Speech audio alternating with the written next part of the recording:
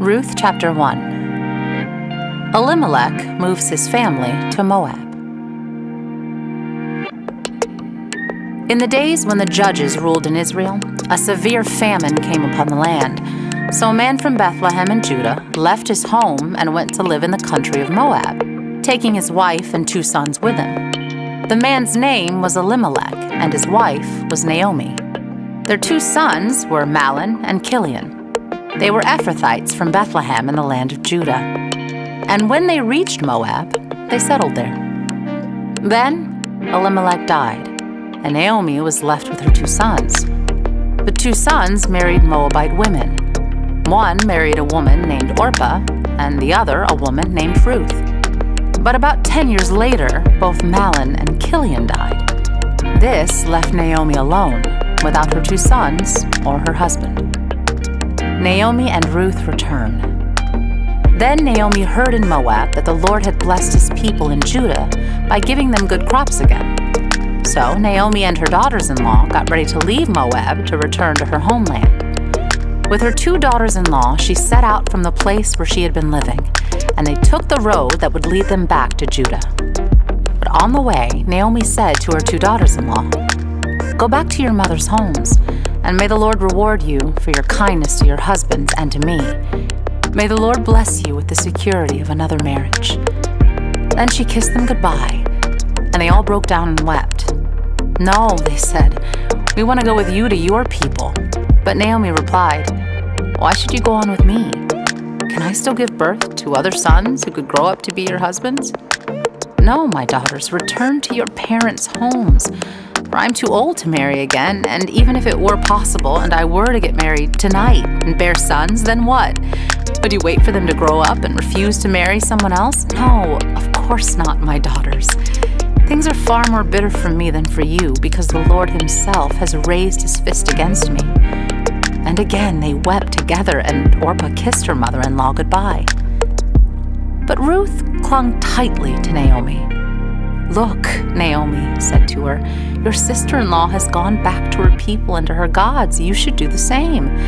But Ruth replied, "Don't ask me to leave you and turn back. Wherever you go, I will go. Wherever you live, I will live. Your people will be my people, and your God will be my God. Wherever you die, I will die, and there I will be buried. May the Lord punish me severely if I allow anything but death to separate us." When Naomi saw that Ruth was determined to go with her, she said nothing more. So the 2 of them continued on their journey. When they came to Bethlehem, the entire town was excited by their arrival. "Is it really Naomi?" the women asked. "Don't call me Naomi," she responded. "Instead, call me Mara, for the Almighty has made life very bitter for me. I went away full, but the Lord has brought me home empty. Why call me Naomi when the Lord has caused me to suffer, and the Almighty has sent such tragedy upon me?" So Naomi returned from Moab, accompanied by her daughter-in-law Ruth, the young Moabite woman. They arrived in Bethlehem in late spring, at the beginning of the barley harvest.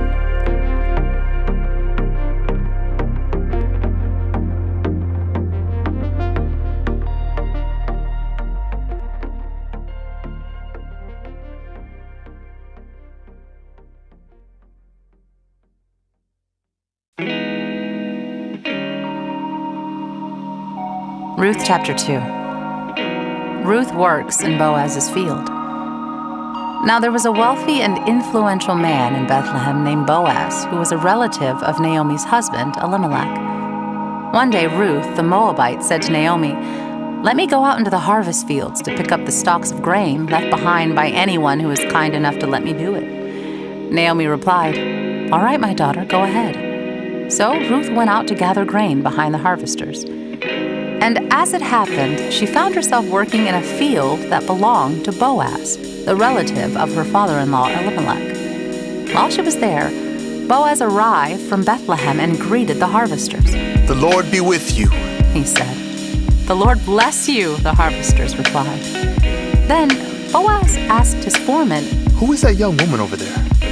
Who does she belong to?" And the foreman replied, "She's the young woman from Moab who came back with Naomi.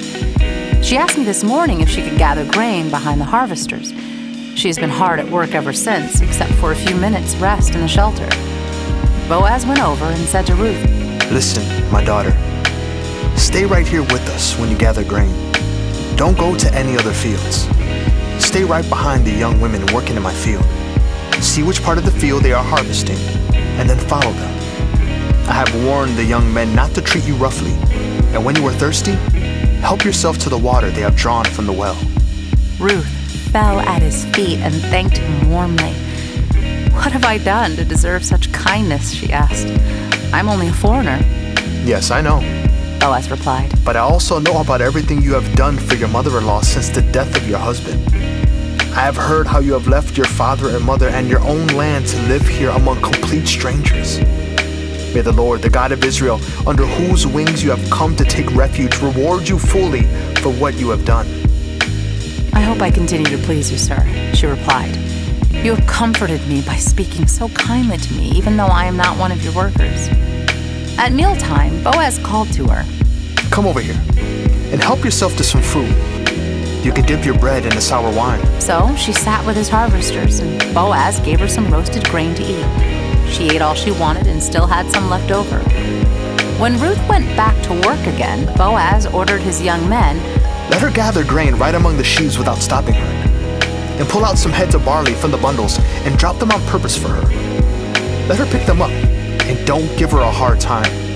So Ruth gathered barley there all day, and when she beat out the grain that evening, it filled an entire basket. She carried it back into town and showed it to her mother-in-law. Ruth also gave her the roasted grain that was left over from her meal. Where did you gather all this grain today? Naomi asked. Where did you work? May the Lord bless the one who helped you. So Ruth told her mother-in-law about the man in whose field she had worked. She said, The man I worked with today is named Boaz. May the Lord bless him, Naomi told her daughter-in-law. He is showing his kindness to us as well as to your dead husband. That man is one of our closest relatives, one of our family redeemers. Then Ruth said, What's more, Boaz even told me to come back and stay with his harvesters until the entire harvest is completed. Good, Naomi explained. Do as he said, my daughter. Stay with his young women right through the whole harvest. You might be harassed in other fields, but you'll be safe with him. So Ruth worked alongside the women in Boaz's fields and gathered grain with them until the end of the barley harvest. Then she continued working with them through the wheat harvest in early summer, and all the while she lived with her mother-in-law.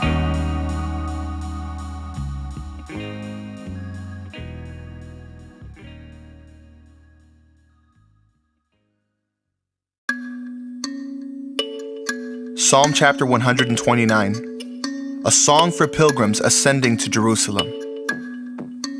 From my earliest youth, my enemies have persecuted me. Let all Israel repeat this. From my earliest youth, my enemies have persecuted me, but they have never defeated me. My back is covered with cuts, as if a farmer had plowed long furrows. But the Lord is good. He has cut me free from the ropes of the ungodly. May all who hate Jerusalem be turned back in shameful defeat. May they be as useless as grass on a rooftop, turning yellow when only half grown, ignored by the harvester, despised by the binder. And may those who pass by refuse to give them this blessing. The Lord bless you. We bless you in the Lord's name.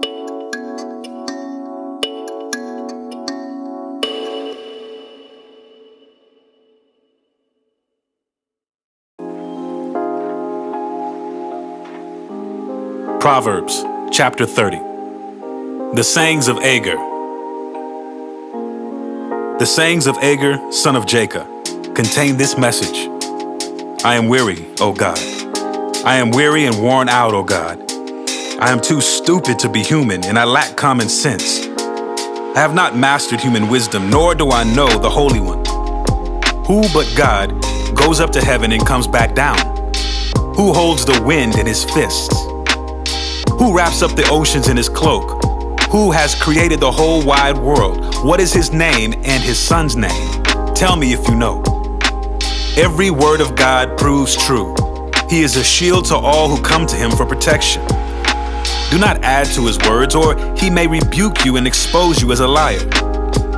oh God, I beg 2 favors from you. Let me have them before I die. First, help me never to tell a lie. Second, give me neither poverty nor riches.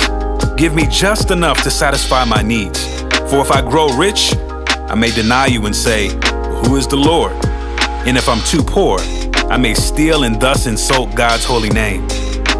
Never slander a worker to the employer, or the person will curse you and you will pay for it. Some people curse their father and do not thank their mother.